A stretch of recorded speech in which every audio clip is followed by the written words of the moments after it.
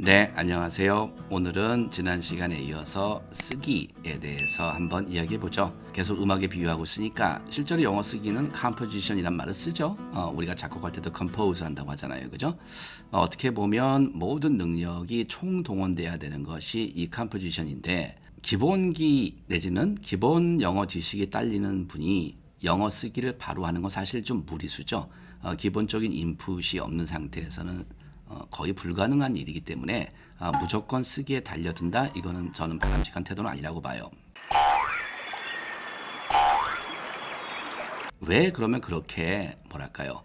그냥 달려들어서 쓰는 거를 한번 해보려고 할까라고 생각을 해보면 언어를 굉장히 간단하게 생각하시는 것 같아요. 그러니까 단어 알고 그쵸? 기본 문법 조금 알면 그 다음에는 다 규칙만 웬만큼 맞춰서 조합하면 되는 거 아니야. 조합을 하면은 그게 영어지 뭐 라고 생각하시는 경향이 있는 것 같은데 아주 거칠게 의미가 통할 수는 있지만 실제로 원어민 같은 문장을 쓰는 거는 그렇게 해서는 불가능해요. 그래서 우선 영어다움에 대한 고민을 좀 하셔야 된다. 글쎄요. 영어다움이란 말이 조금 애매하게 들릴 수 있겠는데 이런 문장이 정말 영어다운 문장이구나 라고 많이 느끼신 분만이 글을 쓸 때 그것이 좀 스며나온다 라고 저는 생각을 합니다. 당연히 그러려면 읽기가 충분히 선행이 돼야겠죠. 읽기를 전혀 하지 않는 분들이 글쓰기를 잘하기를 기대한다는 것은 불가능한 일이라고 생각을 합니다. 그런데 문제는 그러면 선생님 저는 평생 읽기만 해야 되나요? 그죠? 왜냐하면 저는 늘 기초가 약하기 때문에 기초만 하다 끝내야 됩니까?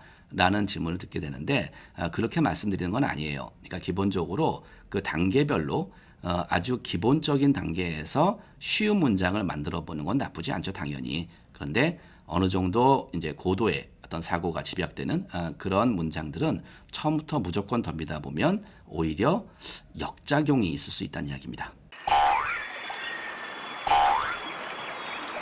네, 그러면 자신의 생각을 써보는 글쎄요, 에세이를 쓴다고 한번 우리가 생각을 해봅시다.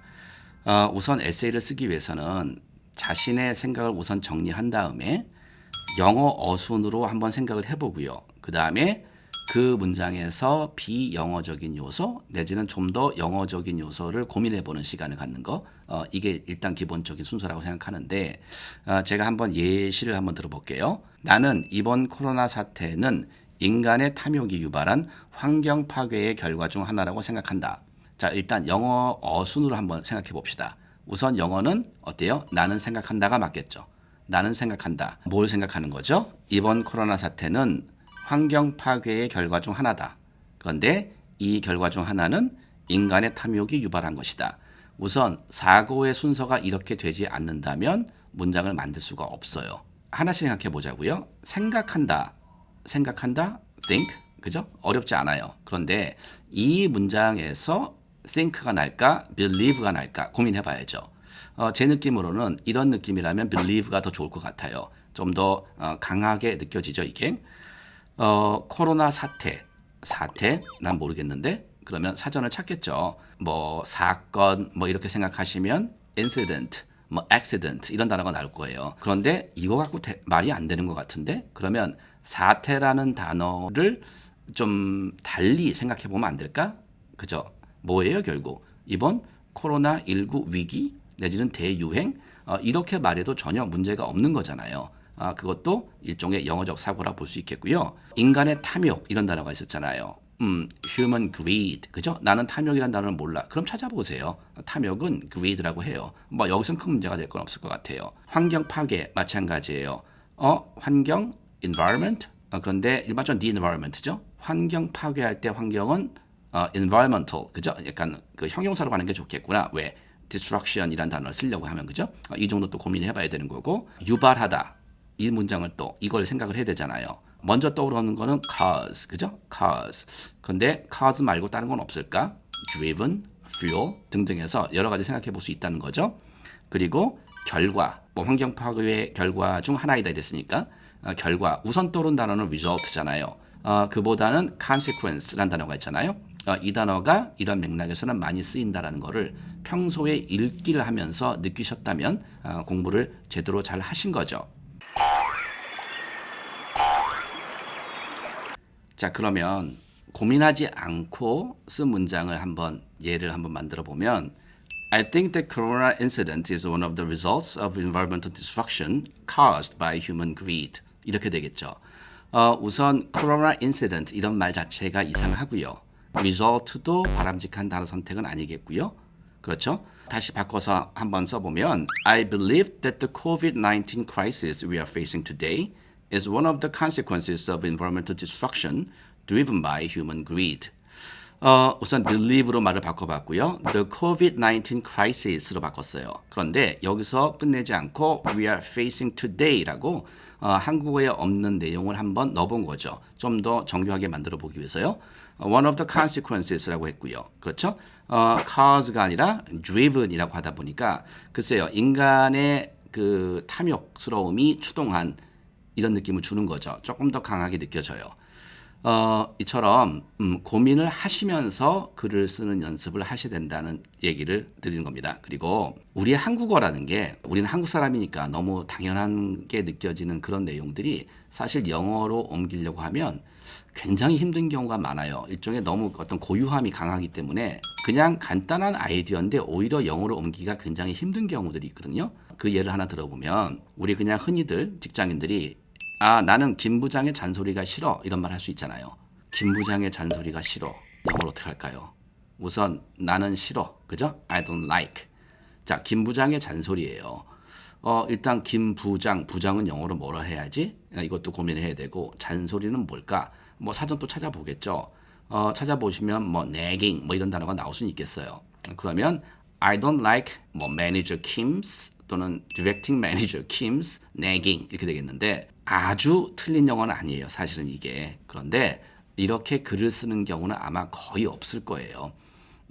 영어라는 언어는 그 상황에 따라서 굉장히 구체적으로 정보를 주지 않으면 상대가 이해하기가 힘든 그런 언어예요. 자, 그래서 한번 여러 가지를 고민해 보자고요. I don't like Kim, especially when he talks about my work. 이렇게 되면 일단 나는 김 부장이 싫어. 나는 킴이 싫어. 그런데 특히 내 일에 대해서 나한테 이야기할 때 그렇게 되면 일단 김 부장은 무조건 싫어하는 사람이 돼버려요. 그죠?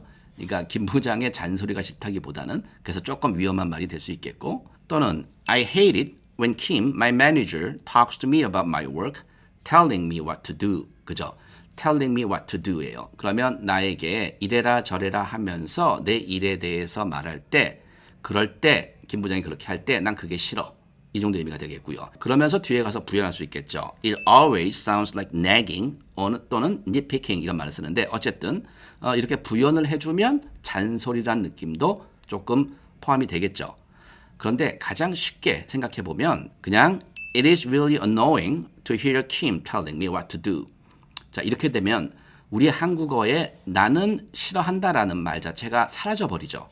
그러나 그게 중요한 건 아니잖아요. 의미의 무게는 오히려 이게 더 잘 싫었다고 볼 수도 있는 거예요. 이처럼 아예 사고를 완전히 바꿔서 해보는 거 내지는 있는 단어를 없애버린다거나 또는 없는 단어를 집어넣어서 좀 더 정확하게 설명하려는 이런 노력, 이런 것들이 글쓰기에서 굉장히 중요한 부분이에요.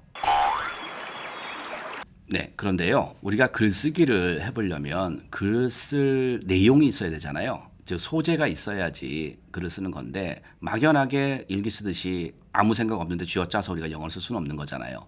그런 의미에서 제 생각에는 번역을 하는 것이 상당히 좋아요. 그러니까 주어진 텍스트의 난이도는 뭐 여러분들 수준에 맞춰서 고르시고 아이들 동화도 상관없고요. 뭐 신문 기사도 상관없고 일단 골라서 그 내용을 번역해 보는 거죠. 그런 과정에서 실제로 여러 가지 토픽도 여러분들이 다뤄야 되고 여러 가지 구조를 고민해 볼 수밖에 없기 때문에 상당히 글쓰기 연습에 도움이 된다고 봐요. 그리고 이런 과정에서도 마찬가지로 여러분들이 막연하게 혼자 읽고 쓰다 보면 시행착오를 굉장히 많이 겪게 될 거예요. 그런 시행착오를 줄여줄 수 있는 수업에 도움을 받는 것도 저는 나쁘지 않다고 생각합니다. 얘가요. That is here to stay죠. 여기 왜 왔어요? stay 하려고. 그 우리말로 오랫동안 있을 거란 얘기. 금방 사라지지 않는다고 보시면 돼. 이거 뭐죠? 여기서 한참 동안 이게 유행할 거다. 금방 사라지지 않습니다라고 할 때 It is here to stay 쓰시면 돼. 우리가 생각하는 사물 중에 세 번째 것이나 놓여 있는 것 중에 세 번째 것은 지정돼 있습니다.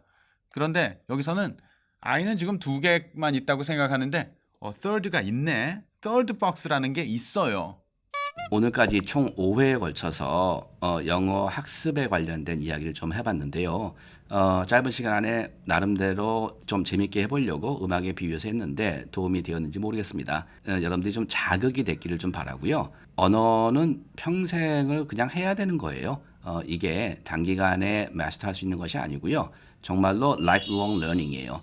평생 그냥 꾸준하게 하는 거다라고 생각을 하시고 일단 내가 영어라는 언어를 좋아한다. 라고 생각하신다면 여러 가지 취미 생활 중에 하나라고 생각할 수 있잖아요.